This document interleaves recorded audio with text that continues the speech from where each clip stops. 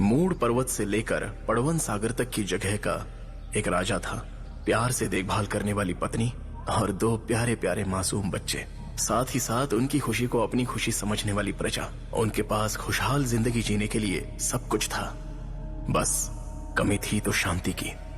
उसके लिए वो कई सारे मंदिर जाकर आए और अलग अलग तीर्थ स्नान भी किए। भगवान को सोना चढ़ाना और पितरों को खाना खिलाना, ये सब कुछ करने के बाद भी राजा की आंखों को नींद और मन को शांति कभी नहीं मिली। पर क्यों? यही सवाल राजा ने एक तांत्रिक से पूछा था, तो उन्होंने कहा, राजा, तुम्हारे पास सब कुछ है, लेकिन मार्गदर्शन करने वाला पिताजी का आशीर्वाद और माँ की ममता, ये दोनों नहीं मिलेंगे तब तक तुम्हें शांति का आभास नहीं होगा। तो मुझे ये कैसे लेगा पंडित जी? ढूंढना होगा, अकेले। राजा ने प्रस्थान किया और कई सारे तीर्थ स्थलों पर गया, कई सारे गुरुओं से मिला। इतना सब कुछ करने के बाद भी राजा के दिल को सुकून नहीं मिला।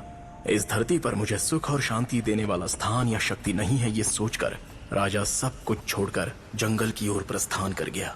उसने जैसे ही जंगल में प्रवेश किया, अचानक उसे गग्गरा की आवाज सुनाई दी। राजा वहीं पर रुका और देखा। वैसे राजा को उस आवाज से कोई डर तो नहीं लगा, बल्कि उसे लगा कि माँ और पिता ने प्यार से उसे अपने पास बुलाया हो। राजा आवाज की दिशा में चलने लगता है और आकर एक पत्थर के सामने रुककर अपना शस्त्र त्याग करता है। तभी उसकी आंखें आंसुओं से भर जाती हैं और श्रद्धा से वो अपने हाथ जोड़ता है। अब राजा के दिल में वो खुशी है जिसकी अब तक उसे तलाश थी। वो खुशी माँ की ममता जैसी थी और पिता के आशीर्वाद जैसी। तभी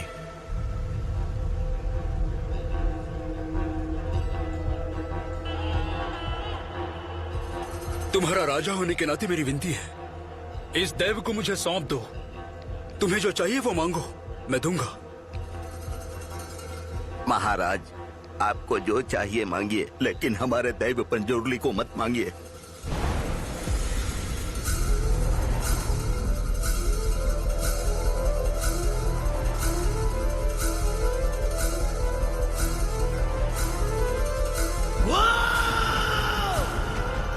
मैं चाहिए ना तुझे? बोल, तुझे पंजुरली चाहिए ना? आपके सिवा मुझे कुछ नहीं चाहिए पंजुरली। तेरे साथ आता, पर मैं इस गांव का पंजुरली हूँ।